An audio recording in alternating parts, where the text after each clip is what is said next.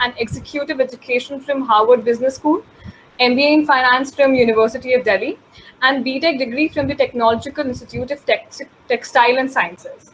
He's an accomplished professional with experience spanning in multiple sectors from venture capital, Big Four consulting, LSE listed Systemas India unit, to the CFO of DLI. He is the mentor and judge at the entrepreneurship cells of IIT Mumbai, IIT Delhi, IIT Chennai, ISM Dhanbad, and many such prestigious institutes. Mr. Kansal is also the venture advisor with Loyal VC and in seed-led Canadian VC fund, having a core portfolio of over 160 investments in more than 35 countries. And also the partner with GSD Venture Studios, which is a Silicon Valley-based venture builder. Over the years, Mr. Kansal has arranged funding for startups and growth stage companies in diverse sectors like the edtech, the fintech, the fintech. I'm really sorry, consumer B2C, B2B, and D2C. His expert opinion is sought by leading business news channels and publications like CNN News 18, the VCTV Business World, and Digital Market Asia. Welcome, sir. Please take us through today's topic, which is global venture capital, ecosystems, and financials of setting up a startup. Thank you. Thank you, Akansha. Thank you, Dravya Finance and Investment Club. Thank you, Ria. It is my pleasure to be addressing all of you today. It's always a pleasure to be amongst students and those who are wanting to know about different aspects of business life. Uh, I'll just request all of you to add me on LinkedIn. I'm sharing my LinkedIn profile on chat so that in case you have any questions after the show, you can approach me directly on the chat. Uh, so about venture capital, I don't know how many of you actually know about venture capital, but I can very well understand that the news which you see every day, the news of companies getting $300 million, $600 million, companies becoming unicorns. Unicorns are those companies which are valued at more than $1 billion. And in India, in July itself, four companies became unicorns, as in they were valued at more than $1 billion. So the news has been coming in thick and fast. If you see your story and VC circle, you will see every day there would be 4 or 5 venture capital fundings happening. Somebody raising $15 million, $25 million. So I would take you through the buzz around venture capital and the reason behind it, and why it is the go-to uh, job for any aspirational candidate in today's times. So what has happened is that the Western economies, US, Europe, they were all concentrated on manufacturing, and because they were concentrated on manufacturing, so uh, they were pollution standards, they were labor issues.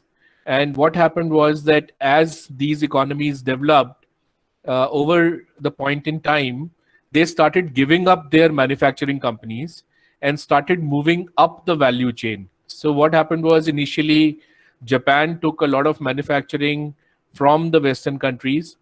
After that, we had South Korea and Southeast Asian countries, which took a lot of manufacturing from the Western countries. And one reason for taking away the manufacturing from these countries was that they were strict environmental issues, and they were labor cost issue. So the Asian countries had cheap labor, and so what happened was that the Western countries started having more service companies and less manufacturing companies amongst the mix in their economy. And once they started having more service companies, so US dollar which is the currency in which 50% of global trade happens, the dollar allowed US, and later on the creation of euro allowed European countries to become money lenders to the whole world. So 50% of global trade happens in US dollars, and 25 to 30% of global trade happens in euros. And a lot of the other trade, almost 5 to 6%, it happens in yen, Japanese yen. So these countries, they had a lot of service related business and less of product related business.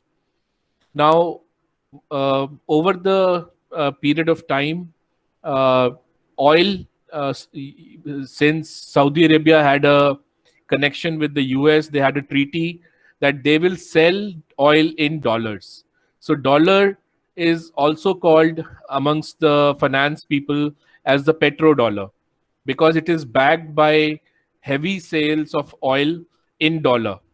And because the oil gets sold in dollar, that is why the demand for dollars is high in the global economy, and that is why the value of dollar always remains high, no matter how much dollar the US prints. The US can print any amount of dollars, the value of that dollar doesn't go down that much, because oil gets sold in dollar and 50% of global trade happens in dollars. Now, this presents a very unique opportunity for US and European countries to use the currency as a tool for dominating the global economy. And one way they use their currencies to dominate the global economy is by investing those highly valued dollars and euros across the world and earning money from money. So they make money from investments, and these investments can be in a number of ways. They can be in stock markets, they can be in oil, they can be in commodities, they can be in forex, as in with different financial products of different currencies. And all this is a casino culture. It is like betting on asset classes. And the latest in the trend is cryptocurrency, which is actually a number on the screen. It is not a currency which can be used anywhere, it's just a number on the screen. Now, because a large part of the global rich who put up in Europe and US, they earn their money by investing money. So, investment has taken a new turn in today's times. If you look at 99 dot-com bust, if you look at 2008 Lehman crisis, and now the COVID crisis of 2019 and 20, the common trend across these events is the march of technology. And technology has marched alongside increase in investing activity as a way of earning your money. Now we see, if one has to make money by investments, then what are the ways? The different ways in which one can earn money by investments is, as I said, stock markets and commodities and oil. And venture capital is a subset of investment activity. Venture capital, which means putting your money in the equity of unlisted private companies and seeking a return.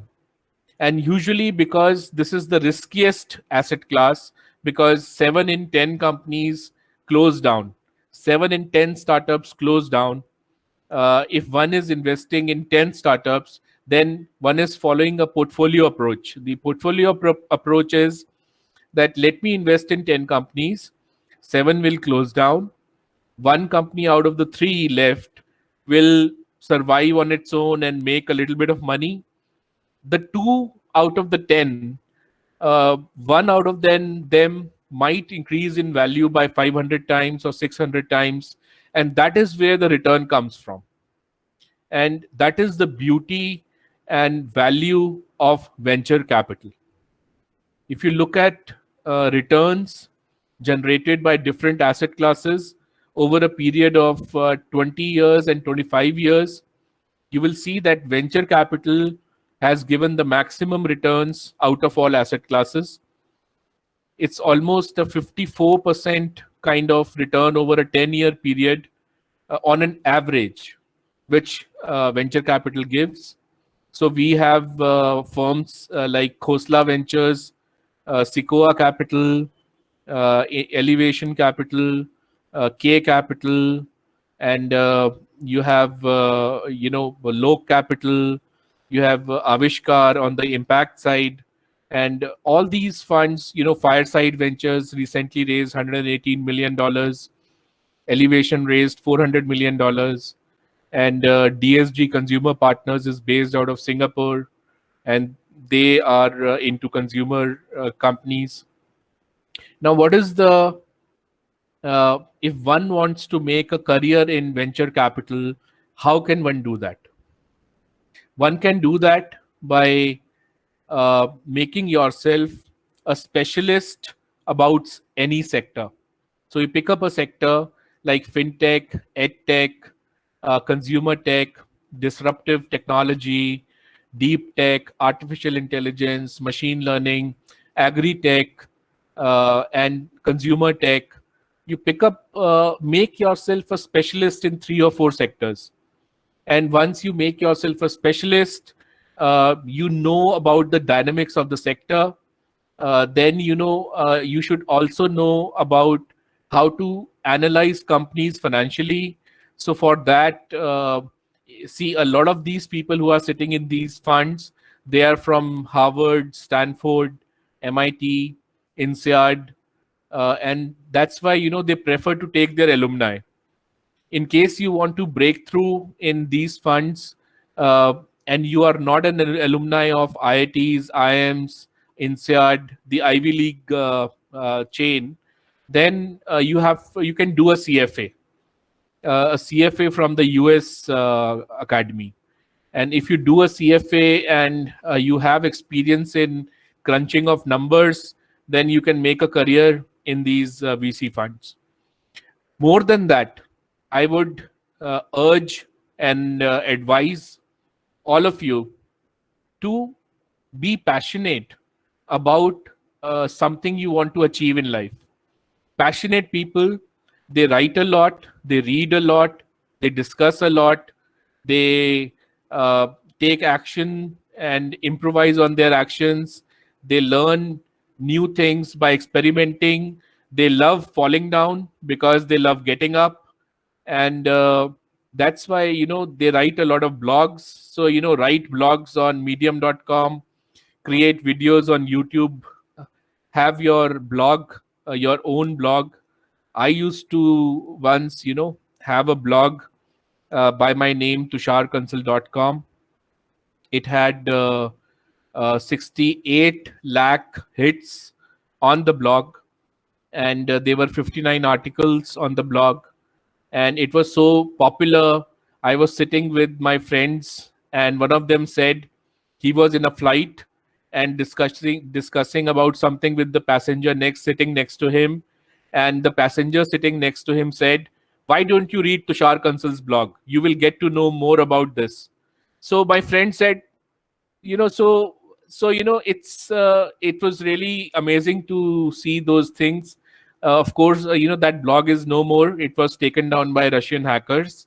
So anyways, but I'm still following my passion. I deliver a lot of talks. I have appeared in more than 150 talks since October last year. I like to give my whatever my learnings are, and I am happy doing that. Now, this was about venture capital. Now, if you are a person who wants to create a new company and you want to raise funds, then how can you raise venture capital? So, as I said, first you should have a good internet presence. Anybody who Googles your name, they should see, okay, he's written about life sciences, he's written about some agriculture issue, and he has a have a really good LinkedIn profile, and then your website, it should be top of the top. Nowadays it doesn't cost much to have a very good website. And so these are the ways you can create a good healthy internet presence. And after having an internet presence, I would now take you through a one slide which will tell you a bit about what all to look at while just, yeah, this is the one. I hope you are able to see it. Akansha, are you able to see this slide in front? Yes, sir. Yes, sir. It's visible. Okay. So,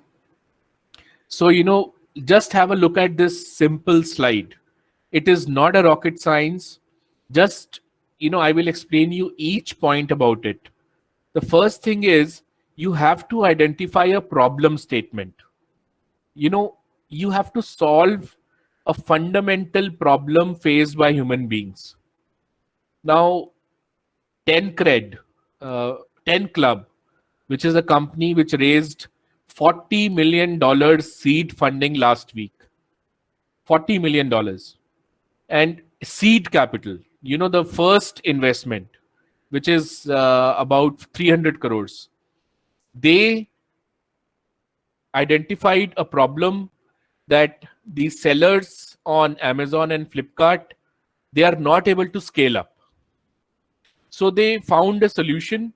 The solution was buy these sellers and their brands, uh, scale them up, and then sell them on Flipkart and Amazon, and also sell them through the D2C route, direct to consumer route, which means through their own website.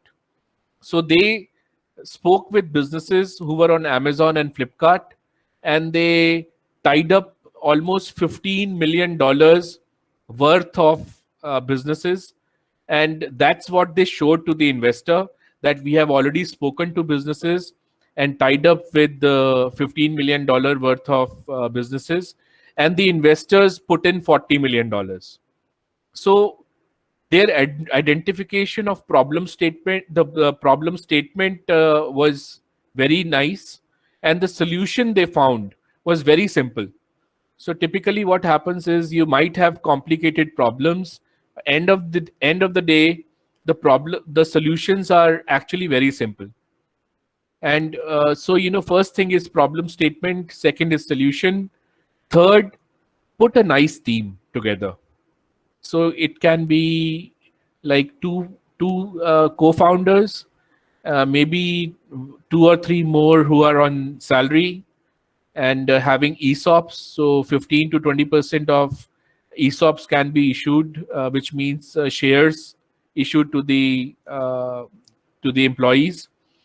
But the mix of the team should be balanced. So you should have, if you are a product company, then you should have a product person, a marketing person, a finance person, maybe someone from a sales side, and technology. If you are creating something about technology, then it is very important to have a tech co-founder.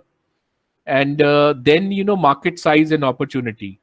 A lot of companies, the founders, they have been working in a certain field, then they become so passionate about it, they create something, and they forget that the market they have chosen is actually very small, maybe in India.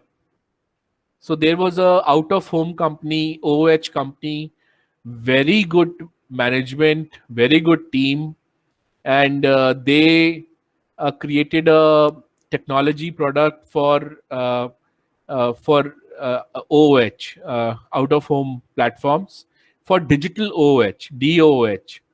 And I was talking to them and I said, I hope you have checked the total addressable market, the TAM, in which you are operating, and they said no, they haven't checked.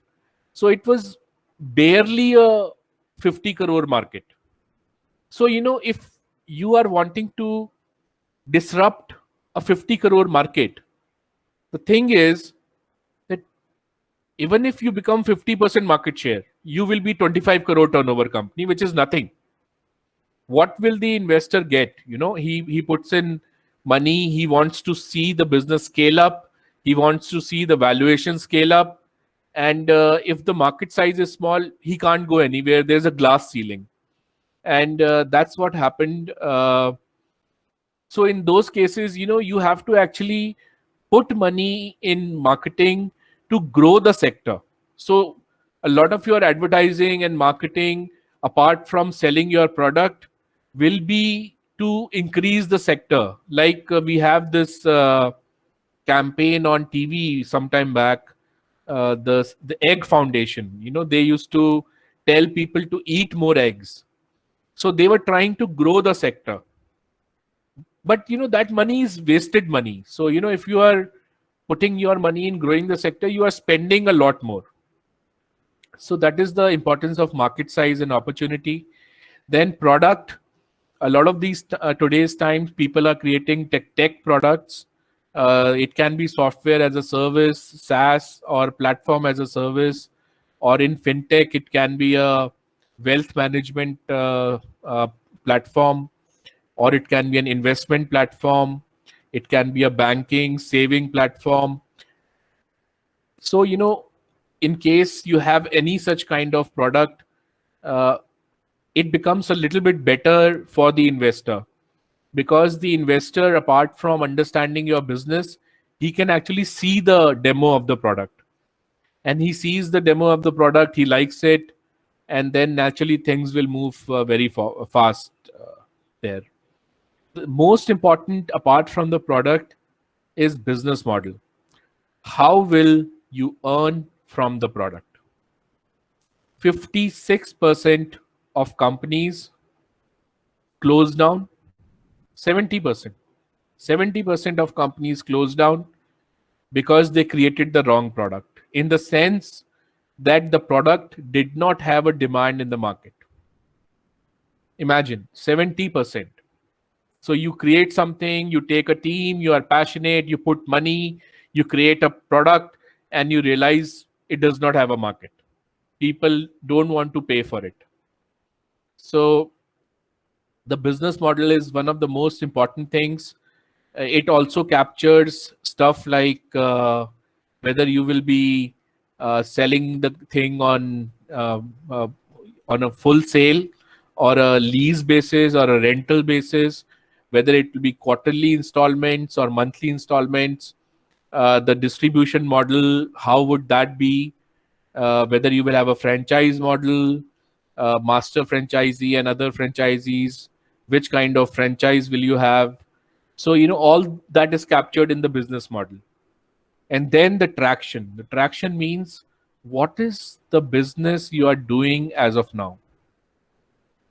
A lot of people who come to me, they say, we are a pre-revenue company, we are raising money right now, but we don't have any revenue.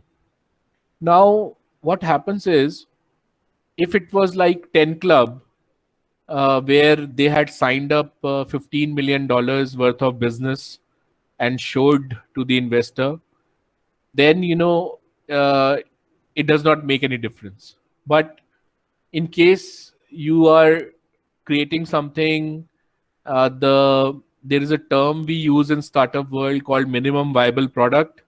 It means that you have created something and you have tested whether it has a market or not. You have actually tried to sell it, and you have found customers. And then there is another term which is product market fit, PMF, which means that apart from your product pricing, all the other factors have been tied up, like distribution strategy, go to market strategy, and all the financial planning and everything. So traction is very important, also because it will help you get a good valuation. If you have a traction, you can ask. For example, there was a company which came to me. They had 55 lakh kind of turnover, and they were asking for a 15 crore valuation of the company, and they got it. There was another company which had 12 lakhs kind of turnover. They were asking for 10 crore valuation. They got 7 crore valuation. So, but they got the money. Um, so that is the importance of traction. Then you should know who your competitors are, because it helps in identifying your business model. So you might not be able to explain to me your business model in 15 minutes, but if you are telling the name of the competitor and also telling me how you are different from the competitor, it will help me as an investor to understand the business much better. And because you are giving out names of your competitors, so you should also give the competitive advantages which you have.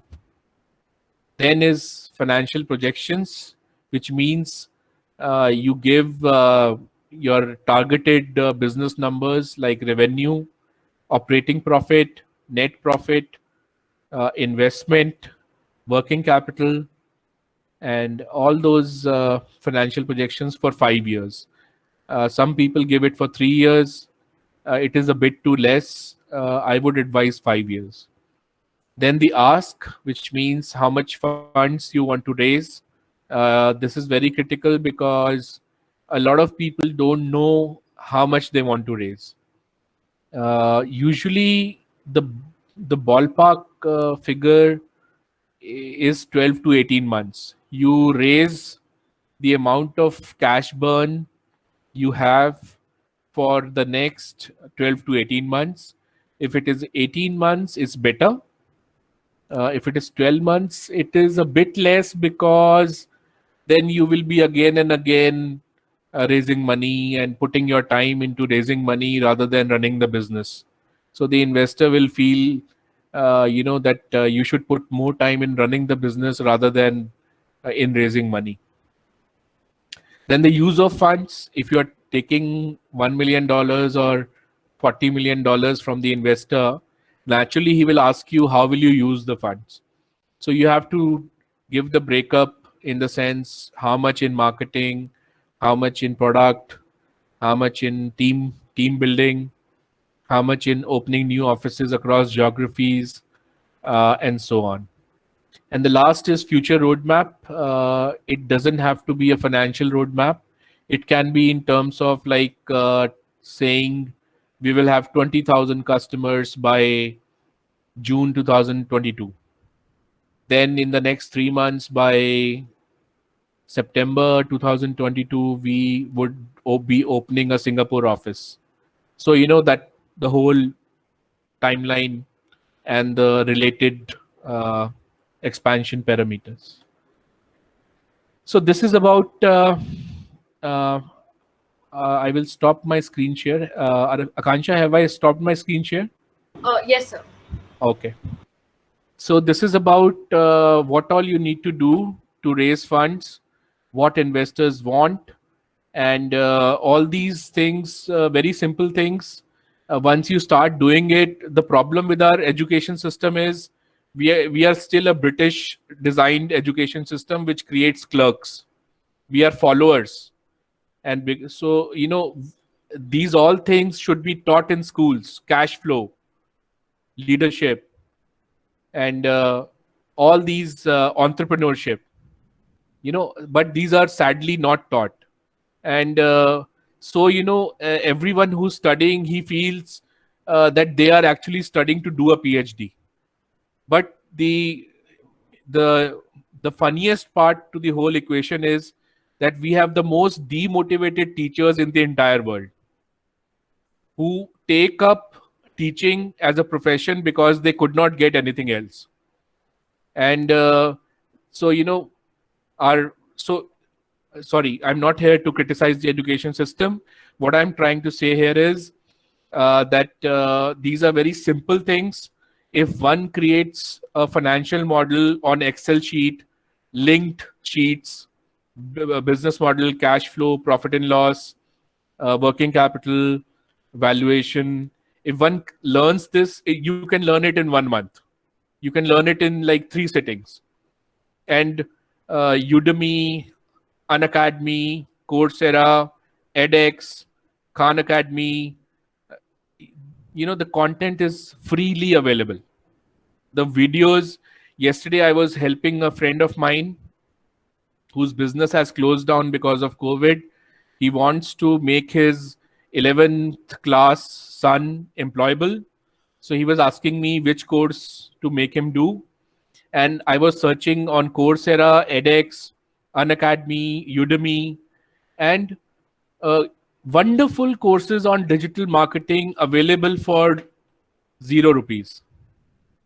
There was a course available 0 rupees. They were just asking some money for the certificate, and it had 22 and a half hours of videos, amazingly high quality videos.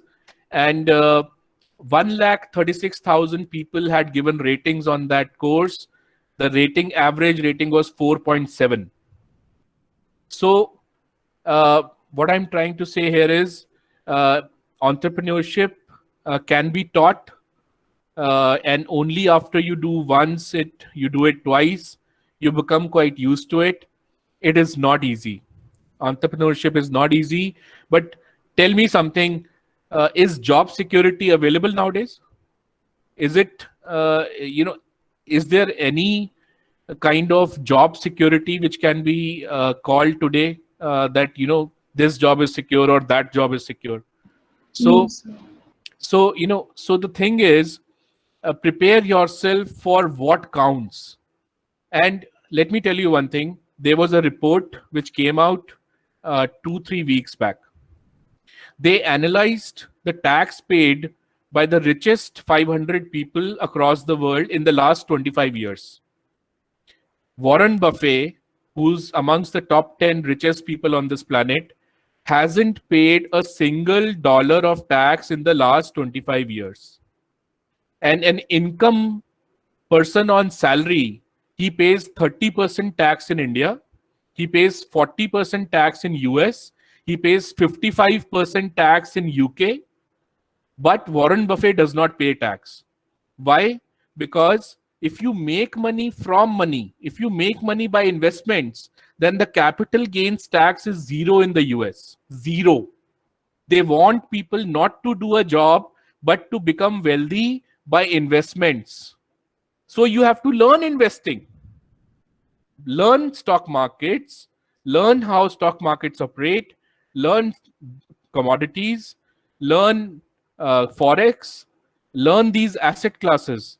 And one of the most beautiful asset class to learn about is venture capital.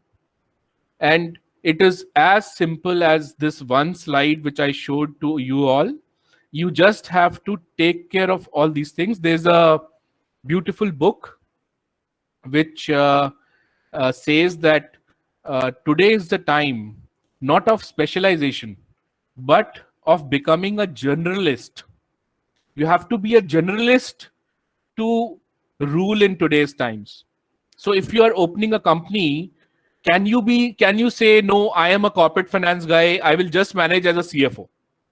I will not look at the product. I will not look at marketing. I won't look at HR. I won't look at technology. I will just manage finance because I know finance. It doesn't work. You have to learn a bit about everything. And that is why the beauty is be a generalist and not a specialist. There's another book I would like to I would like to advise all of you to read. They should make this book mandatory in schools. It's called Rich Dad and Poor Dad. So it tells you that if you are studying for the degree, then you deserve a job which will go away in 1 or 2 years. If you are studying for skill, for developing a skill, then you will be employable in the best of companies in today's times. and you have to upskill yourself and cross skill yourself, and content is free. Courses are free. Google has made everything free. Anything you have read till now or will read in the future is already available on internet. It is available in beautiful videos. It is available. Now, one of the topic of my talk today was financials of setting up a startup. Frankly speaking, I could not understand the meaning behind it, but I am guessing it is something to do with uh, how much money is needed or something like that. I don't know, but I will tell you a bit about startup. So when you start, there is a pre-seed phase. It is called the idea stage. So when you have an idea, then naturally, it is not easy to get money for that, because who will put money in you? They don't know you. They don't have trust in you because they don't know you. See, one big factor why investors put money is trust. They see this guy has done Kunal Shah of Freecharge, sold Freecharge for $300 million. When he was starting out again and opened Cred, he got $30 million seed capital. Why? Trust. This guy has done it. He will do it once again. And IITians get a lot of money. Why? This guy, uh, you know, he he was like, he cleared IIT JEE. So this guy has done it once, he can do it again. So so trust is him. So at the pre-seed and idea stage, somebody who knows you, maybe friends and family, some investor you met, they will put money. Then come the seed stage. So seed stage is when you need money to little bit go ahead in your development of the product or service. Then comes pre-series A. Then comes series A. Then comes series B, series C, series D, series E, and so on. So the funding options available in India is you can get 25 to 50 lakh rupees from the Government of India Startup India scheme. Government has a department called DPIT, and they have Invest India, Startup India. They also have a fund for incubators. Incubators and accelerators are those companies who help startups grow, and in return, they take 3 to 8% of your equity. They will take 3 to 8%. They have CAs, tax people, lawyers. They have mentors empaneled with them. In many cases, they have co-working space also. So you can, by giving your equity, you can utilize all these services. They also have tie-ups with the cloud companies like Amazon Web Server, and so in case your startup needs a cloud, then you can avail at a cheap rate. And so accelerators and incubators, they put small money, generally 15 lakhs to 25 lakhs. Government gives you 25 lakhs to 50 lakhs. Rupee angels, who have earned from rupee, there is a very wide range. Usually they give 5 lakhs, 10 lakhs, 15, 20, or 25 lakhs.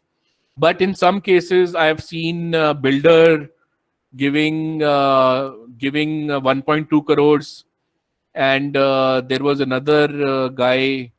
Yesterday this company was telling me uh, he had put in a good 5 crores. And then there are dollar angels. Those people who are doing jobs in Singapore, Hong Kong, Dubai, US, UK. Because they are earning in dollars, they can give you more money. They can give 2 crores, 3 crores, 4 crores, 5 crores.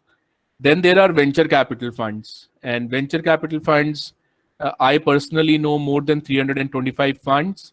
They can give you $100,000, $1 million, $2 million. And nowadays, they are even giving $5 million, $7 million, which is 50 crores, 40 crores. Then there are family offices. So the business families who have their big businesses, they also want to earn by investing money. So they have opened family offices. So these family offices, they put, uh, usually they want to put money in a company which can which has synergies with their original business. So generally they want to put money there. Uh, but that is yeah, so that is family office is one thing.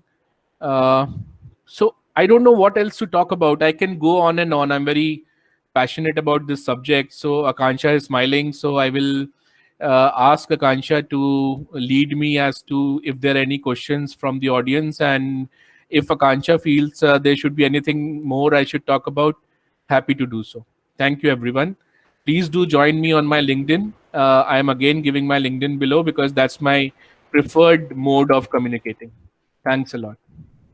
Thank you so much, sir. I would like to request all the participants to please either unmute yourself or drop your questions in the chat box. Thank you, Akansha. Sir, there was this question by Janvi. Sir, do you have to ask any question? Uh, yeah. So, sir, there was this question by Janvi who says that could you please share the topic of the course that you mentioned? That was digital marketing. So, nowadays, if you want to earn money in a job, then data analytics and financial analysis is doing very well. And digital marketing is doing very well because you can immediately create a business out of digital marketing. But the problem is that as time passes by, a lot of people enter into the field, so it becomes very competitive. And but still, digital marketing is doing well. One of my cousins had done uh, data analytics, and the problem she's facing is that she puts up in Delhi, and all the companies which use data analysts, they're either in Gurgaon or Noida. So the problem is that she would have to travel from Delhi, West Delhi, to Gurgaon and Noida, because here, the old business families, they don't use data analytics. It is used by startups, and it is used by the more new economy companies. Thank you, sir. Any more questions, anyone? Please feel free to unmute yourself or drop them in the chat box. Hi, sir. Thank you for your session. I want to know what about the service-based startup companies and who is already opened a company and is doing some service-based and he was unable to succeed in that one. Can you explain in this, sir? So, uh, I have some bad news for you and some very good news for you. The bad news is that scalability is a challenge with service companies. So, when I was I had just done my MBA, that time Career Launcher was growing quite well in India. Now, the problem they faced was whenever they created a talented leadership for doing their uh, courses, these people did not stick very long with the company. So you have to continuously train them, continuously, and many people, they create their own business by learning this business. And there was an example in another talk which I had given when Technopack, Arvind Singh's company, which is a retail consulting company, when they were advising Mr. Mukesh Ambani for the Reliance retail opening. This was again 15, 16 years back. Then uh, Mr. Ambani, instead of buying the company Technopack for 400 crores, he told Mr. Singhal that I can just poach all your employees at double the salary. Why should I buy your company? So they are very fungible. That is the problem with the service companies. And But having said that, in case your company is into uh, financial products like asset management companies, like insurance companies, like mutual funds, they are valued at very nicely in the sector. And if you are just a training kind of company which gives trainings, I don't think any venture capital fund will put in money. Only angel investors can put in money. For example, MentorCart is a company by Mr. Ashish Khare. It has raised some money from Fluid Venture Fund, the promoters behind Fluid Venture Fund. And Speakin is business. It has 18,000 speakers empaneled. It's by Deepshikha Singh. It's a female founder, and she has raised money from the country partner of KPMG, Mr. Richard Reiki. And look at Speakin website. You will get to know more. But having said that, service-related companies. But service-related companies. The good news is that they earn a lot.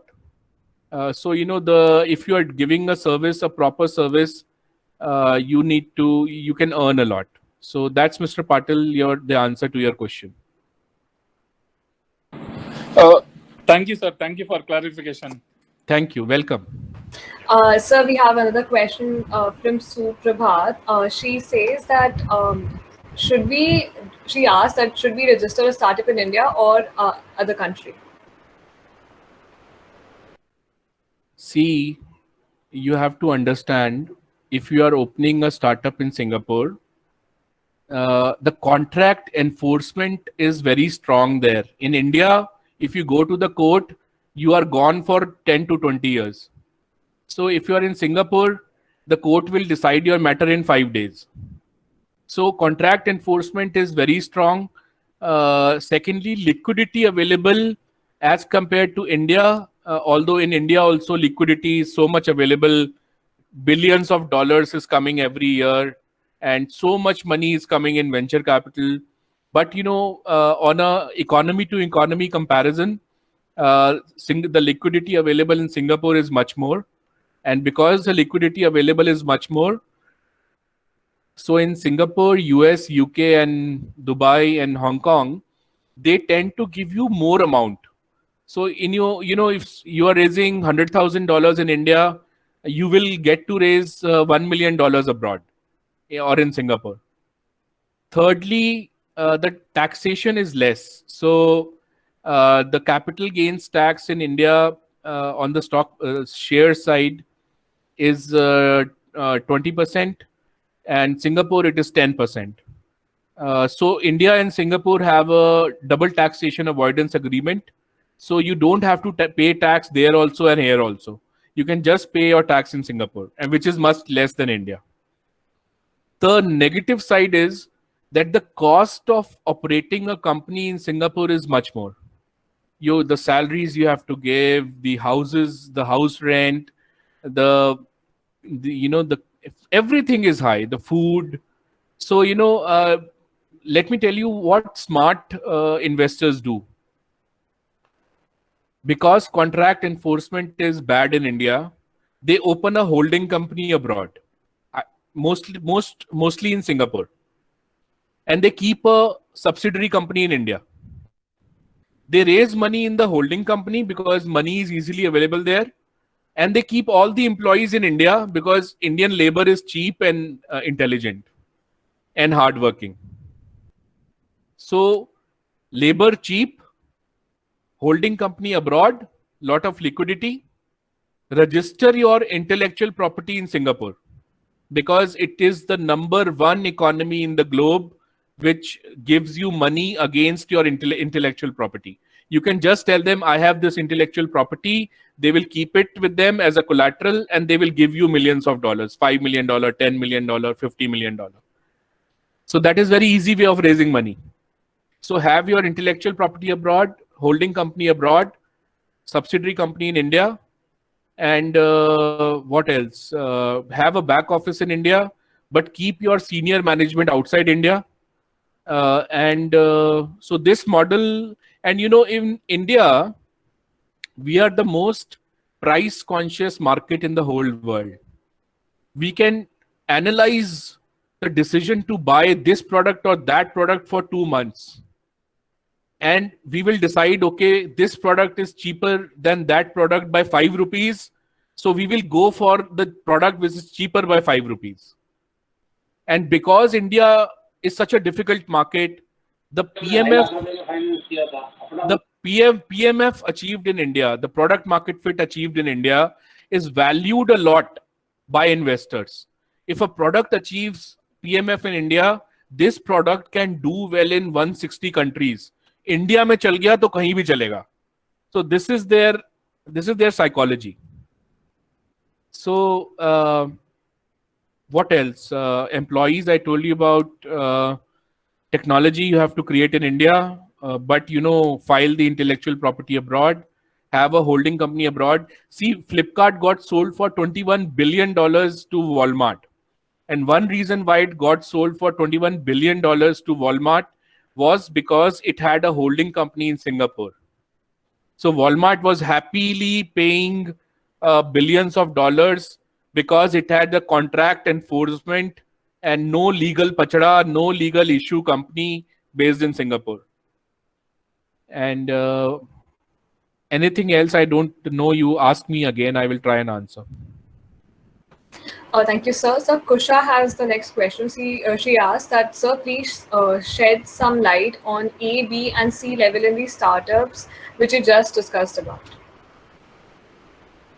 So it's not a rocket science. It's like in beginning you raised $300,000, which is suppose 2 crores. And then you raise your pre-series A, which is like 8-10 crores. Then you raise your series A, which is like $5 million.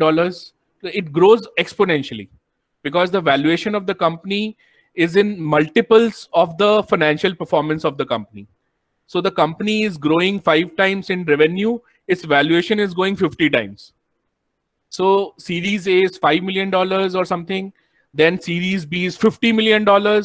Then series C is $500 million. So, it grows like that. And that is why the valuation of the company becomes billions of dollars.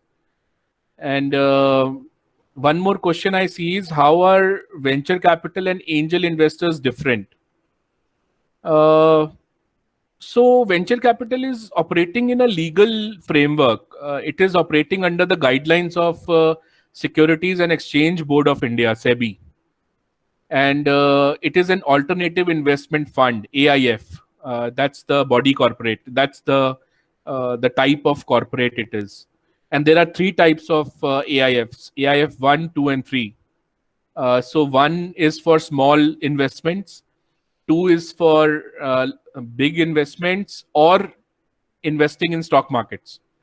The third one is purely for investing in stock markets. So these are the 3 AIFs. And one good part about venture capital funds, one bad part. The good part is that they help you throughout the life cycle.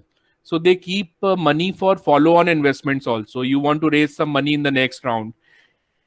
Imagine how much help it would be for you as a founder if the VC fund says, I will lead the round. I will lead the next round. And if somebody is leading the round, there are always so many investors who want to be followers. They don't want to make their own decision. So they say, okay, this fund is leading the round, I will put my money. So angel investor is usually small pocket. So I know an angel investor, can you believe this guy's ticket size is 1 lakh rupees.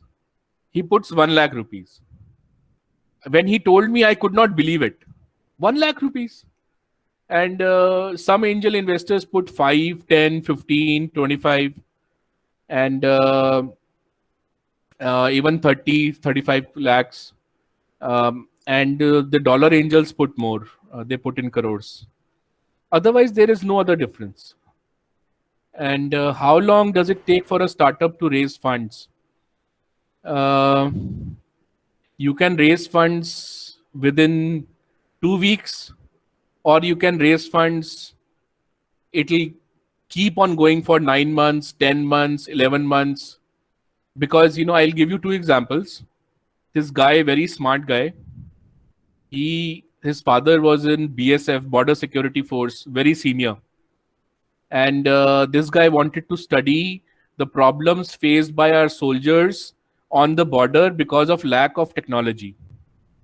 So he took special permission, went to the border, Indo-Pakistan border, and he stayed there for 6 months.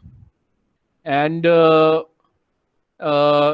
and he came back, studied technology, and he could very clearly understand what kind of technology is actually required by these soldiers. So he went to these conferences, like I'm delivering a talk to you. In the offline mode, there would be a conference. So he went to a conference, and one of the funds in Gurgaon, this guy, very popular, he met him, and he told him about his story, that he went to the border and all that. So this fund guy said, let's have a beer in the evening. So they had a beer in the evening, and within 1 week, the investor issued a term sheet. And in 2 weeks, the guy got the money. So very simple and very fast. Another example, there is a fintech company which is my client. It came to me 2 years back, and they got the term sheet.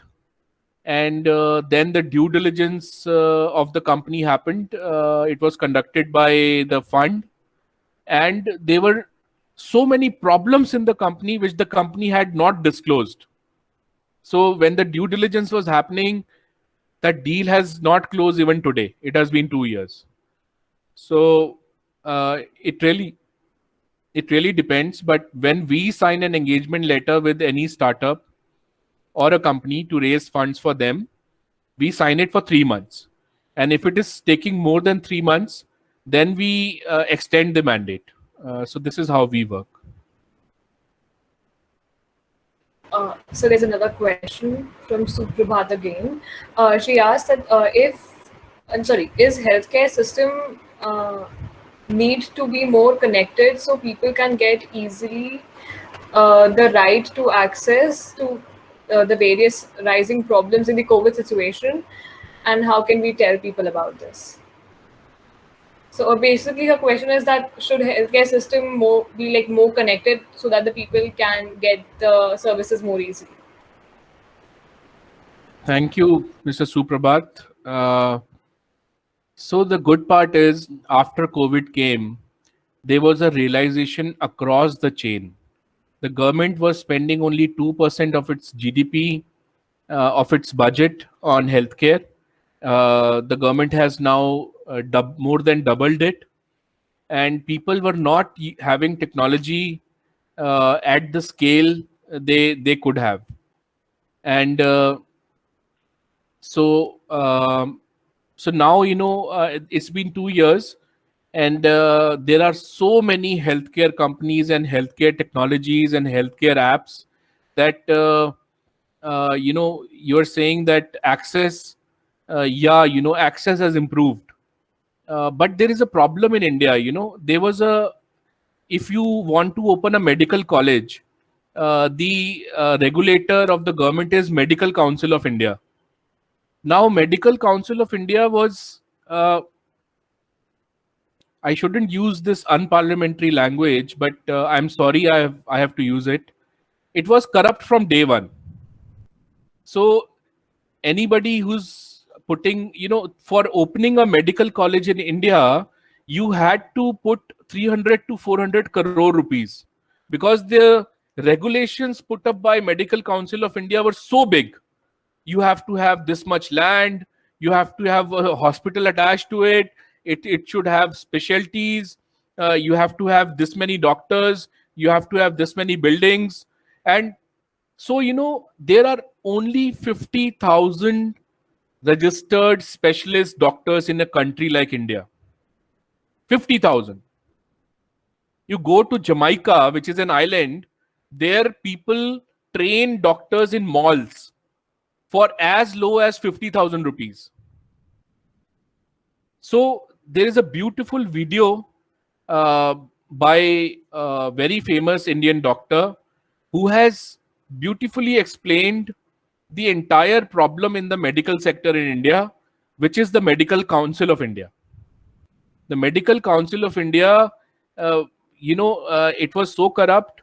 It, gave hardly very few permissions for medical colleges, and the medical colleges charge huge donations because there are so few colleges. But now the government has, they have actually closed down Medical Council of India, and they have set up an entirely new body. So the government rightly recognized that there is a problem, and we hope that now many more cheaper and easily accessible medical education will be available. And on the healthcare side, a lot of work is happening. You won't believe there are more than 5 telemedicine companies which came to me in the last 1 year. 5, just in telemedicine. So a lot of work is happening. If you are in the healthcare space, just keep on checking VC Circle and your story. You will be happy to know. Thank you for answering that question, sir. With this, we have completed all the questions. I'm hoping there are no other questions from the participants. Okay. Thank you so much, Akansha. Thank you, Dravya. Thank you to everyone who came here and asking the questions. And I would request Akansha to give me the recording whenever possible. Sure, sir. And it was lovely interacting with you all. Thank you. Have a great day. God bless you. Thank you, sir. It was an insightful session for us as well. Thank you for having.